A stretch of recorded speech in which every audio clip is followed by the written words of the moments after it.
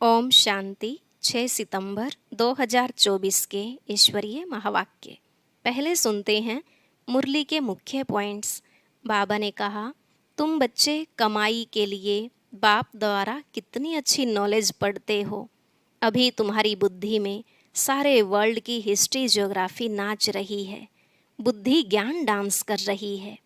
जब बाप टीचर बनकर आते हैं तो आधा कल्प तुम्हारी कमाई का प्रबंध हो जाता है और तुम बहुत धनवान बन जाते हो, क्योंकि यह अविनाशी ज्ञान रत्नों की पढ़ाई है। फिर बाबा ने कहा, जितना तुम्हें इस ज्ञान की धारणा होती जाएगी उतनी तुम्हारी बैटरी भरती जाएगी। सच्चा बाप ही तुम्हें सच सच सुनाते हैं, जिससे तुम सचखंड के मालिक बन जाते हो। तुमको अब इस सारी पुरानी दुनिया से वैराग्य करना है।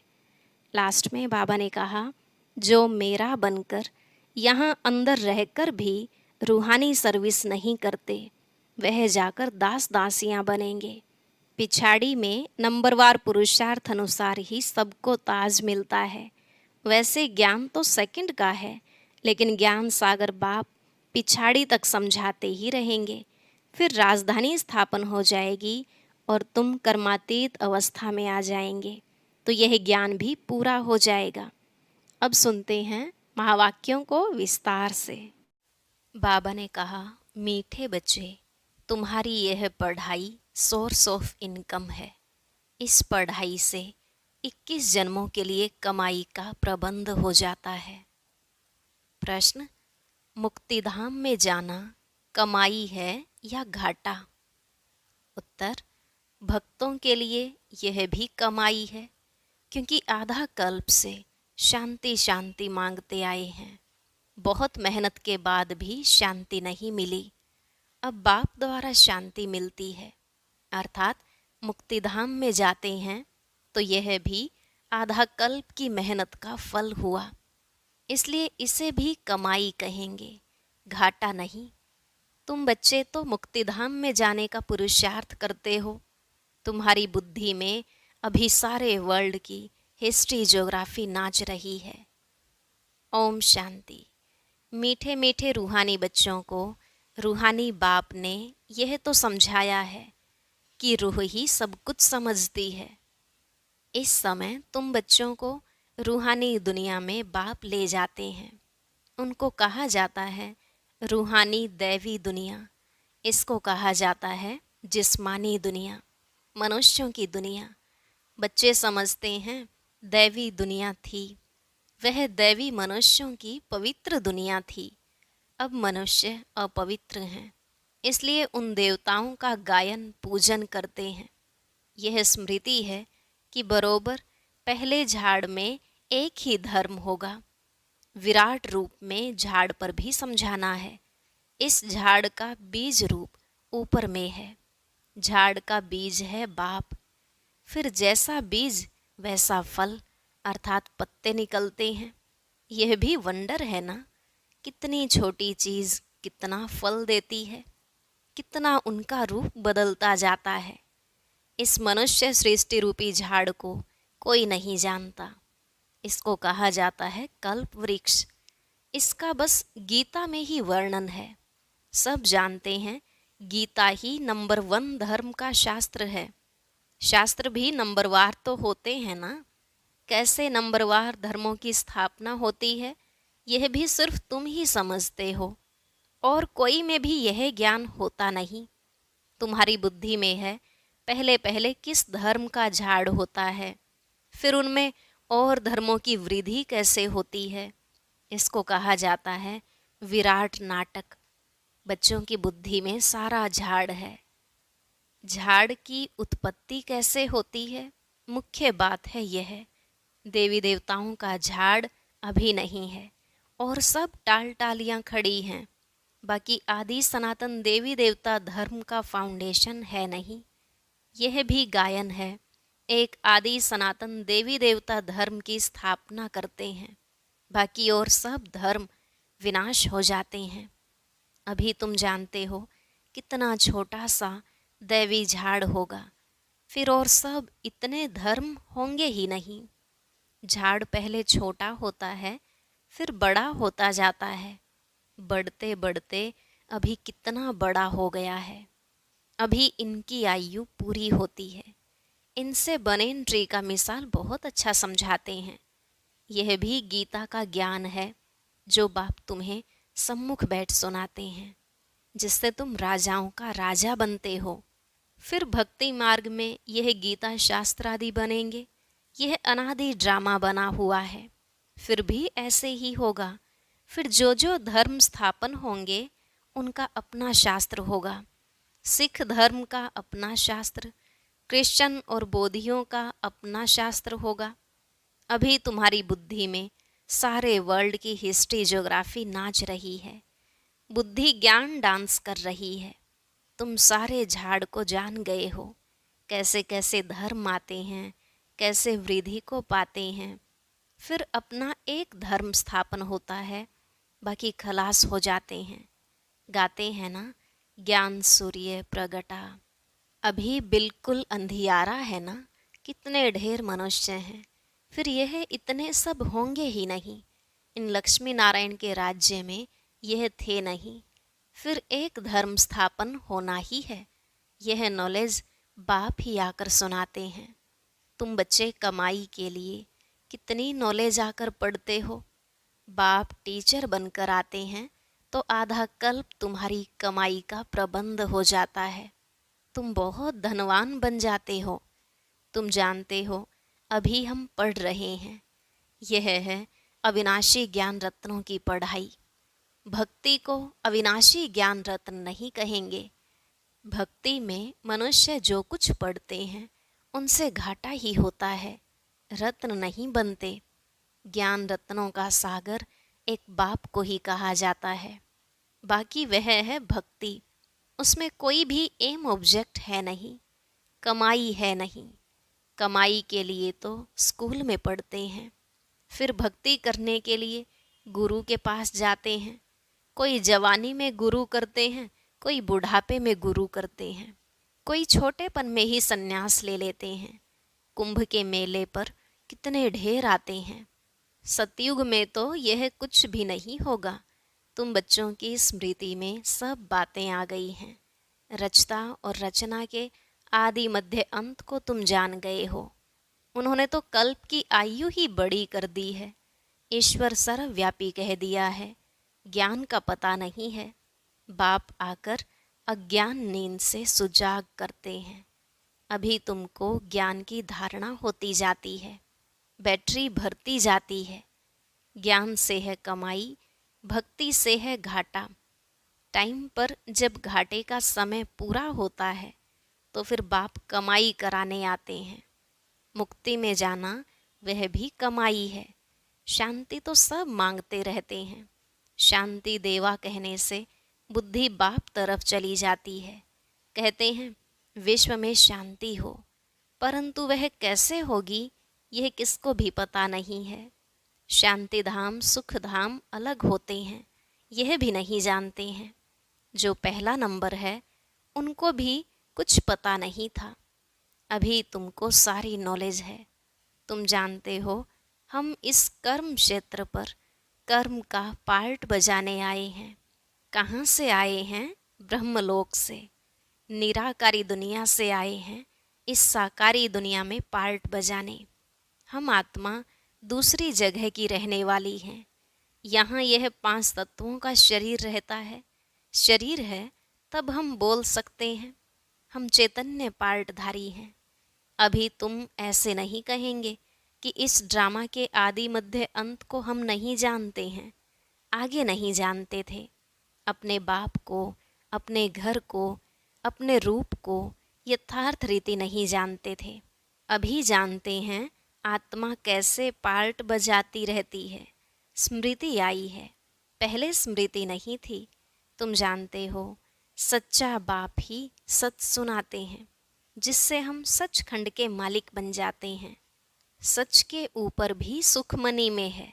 सत कहा जाता है सचखंड को। देवताएं सब सच बोलने वाले होते हैं। सच सिखलाने वाला है बाप। उनकी महिमा देखो कितनी है। गाई हुई महिमा तुमको काम में आती है। शिव बाबा की महिमा करते हैं, वही झाड़ के आदि मध्य अंत को जानते हैं। सच बाप सुनाते हैं तो तुम बच्चे सच्चे बन जाते हो। सचखंड भी बन जाता है। भारत सचखंड था। नंबर 1 ऊंचते ऊंच तीर्थ भी यह है, क्योंकि सर्व की सदगति करने वाला बाप भारत में ही आते हैं। एक धर्म की स्थापना होती है, बाकी सबका विनाश हो जाता है। बाप ने समझाया है, सूक्ष्म वतन में कुछ है नहीं, यह सब साक्षात्कार होते हैं। भक्ति मार्ग में भी साक्षात्कार होता है। साक्षात्कार नहीं होता तो इतने मंदिर आदि कैसे बनते, पूजा क्यों होती। साक्षात्कार करते हैं, फील करते हैं, यह चैतन्य थे। बाप समझाते हैं, भक्ति मार्ग में जो कुछ मंदिर आदि बनते हैं, जो तुमने सुना देखा, वह सब रिपीट होगा। चक्र फिरता ही रहता है। ज्ञान और भक्ति का खेल बना हुआ है। हमेशा कहते हैं ज्ञान भक्ति वैराग्य, परंतु डिटेल कुछ नहीं जानते। बाप बैठ समझाते हैं, ज्ञान है दिन, भक्ति है रात, वैराग्य है रात का, फिर दिन होता है। भक्ति में है दुख, इसलिए उसका वैराग्य है। सुख का तो वैराग्य नहीं कहेंगे। सन्यास आदि भी दुख के कारण लेते हैं। समझते हैं पवित्रता में सुख है, इसलिए स्त्री को त्याग चले जाते हैं। आजकल तो धनवान भी बन गए हैं, क्योंकि संपत्ति बिगर तो सुख मिल न सके। माया वार कर जंगल से फिर शहर में ले आती है। विवेकानंद और रामकृष्ण भी 2 बड़े सन्यासी होकर गए हैं। सन्यास की ताकत रामकृष्ण में थी, बाकी भक्ति का समझाना करना वह विवेकानंद का था। दोनों की पुस्तकें हैं। पुस्तक जब लिखते हैं तो एकाग्रचित हो बैठ लिखते हैं। रामकृष्ण जब अपनी बायोग्राफी बैठ लिखते थे तो शिष्य को भी कहा, तुम जाकर दूर बैठो। वह था बहुत तीखा कड़ा सन्यासी, नाम भी बहुत है। बाप ऐसे नहीं कहते कि स्त्री को माँ कहो। बाप तो कहते हैं उनको भी आत्मा समझो। आत्माएं तो सब भाई भाई हैं। सन्यासियों की बात अलग है। उसने स्त्री को माँ समझा, माँ की बैठ बड़ाई की है। यह ज्ञान का रास्ता है। वैराग्य की बात अलग है। वैराग्य में आकर स्त्री को माँ समझा। माता अक्षर में क्रिमिनल आई नहीं होगी। बहन में भी क्रिमिनल दृष्टि जा सकती है। माता में कभी खराब ख्याल नहीं जाएंगे। बाप की बच्ची में भी क्रिमिनल दृष्टि जा सकती है, माँ में कभी नहीं जाएगी। सन्यासी स्त्री को माँ समझने लगा।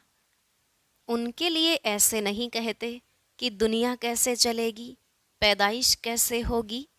वह तो एक को वैराग्य आया, माँ कह दिया, उनकी महिमा देखो कितनी है। यहाँ बहन भाई कहने से भी बहुतों की दृष्टि जाती है। इसलिए बाबा कहते हैं भाई भाई समझो। यह है ज्ञान की बात, वह है एक की बात। यहाँ तो प्रजापिता ब्रह्मा की संतान ढेर भाई बहन है ना। बाप बैठ सब बातें समझाते हैं। यह भी तो शास्त्र आदि पढ़ा हुआ है। वह धर्म ही अलग है निवृत्ति मार्ग का, सिर्फ पुरुषों के लिए है। वह है हद का वैराग्य। तुमको तो सारी बेहद की दुनिया से वैराग्य है। संगम पर ही बाप आकर तुम्हें बेहद की बातें समझाते हैं। अभी इस पुरानी दुनिया से वैराग्य करना है। यह बहुत पतित छिछी दुनिया है। यहाँ शरीर पावन हो न सके। आत्मा को नया शरीर सतयुग में ही मिल सकता है।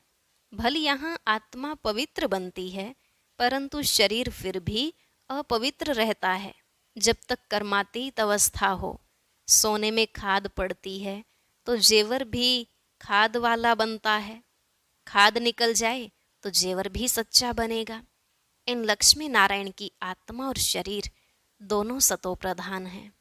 तुम्हारी आत्मा और शरीर दोनों ही तमो प्रधान काले हैं। आत्मा काम चिता पर बैठ काली बन गई है। बाप कहते हैं, फिर हम आकर सांवरे से गोरा बनाते हैं। यह ज्ञान की सारी बात है, बाकी पानी आदि की बात नहीं। सब काम चिता पर बैठ पतित बन पड़े हैं, इसलिए राखी बंधवाई जाती है कि पावन बनने की प्रतिज्ञा करो। बाप कहते हैं, हम आत्माओं से बात करते हैं। मैं आत्माओं का बाप हूँ, जिसे तुम याद करते आए हो। बाबा आओ, हमको सुख धाम में ले चलो, दुख हरो। कलयुग में होते हैं अपार दुख। बाप समझाते हैं, तुम काम चिता पर बैठ काले तमो प्रधान हो गए हो। अब मैं आया हूँ काम चिता से उतार ज्ञान चिता पर बिठाने के लिए। अब पवित्र बन स्वर्ग में चलना है। बाप को याद करना है। बाप कशिश करते हैं, बाबा के पास युगल आते हैं। एक को कशिश होती है, दूसरे को नहीं होती। पुरुष ने फट से कह दिया, हम इस अंतिम जन्म में पवित्र रहेंगे, काम चिता पर नहीं चढ़ेंगे। ऐसे नहीं कि निश्चय हो गया। निश्चय अगर होता तो बेहद बाप को पत्र लिखते, कनेक्शन में रहते। सुना है पवित्र रहते हैं, अपने धंधे आदि में ही मस्त रहते हैं। बाप की याद ही कहाँ है। ऐसे बाप को तो बहुत याद करना चाहिए। स्त्री पुरुष का आपस में कितना प्यार होता है, पति को कितना याद करती है। बेहद के बाप को तो सबसे जास्ती याद करना चाहिए। गायन भी है ना, प्यार करो चाहे ठुकराओ, हम हाथ कभी नहीं छोड़ेंगे।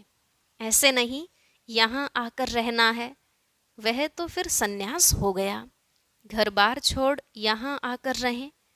तुमको तो कहा जाता है गृहस्थ व्यवहार में रहते पवित्र बनो।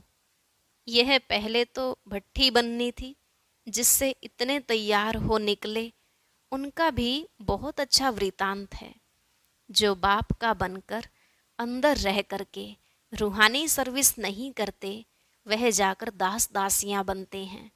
फिर पिछाड़ी में नंबरवार पुरुषार्थ अनुसार ताज मिल जाता है। उन्हों का भी घराना होता है, प्रजा में नहीं आ सकते।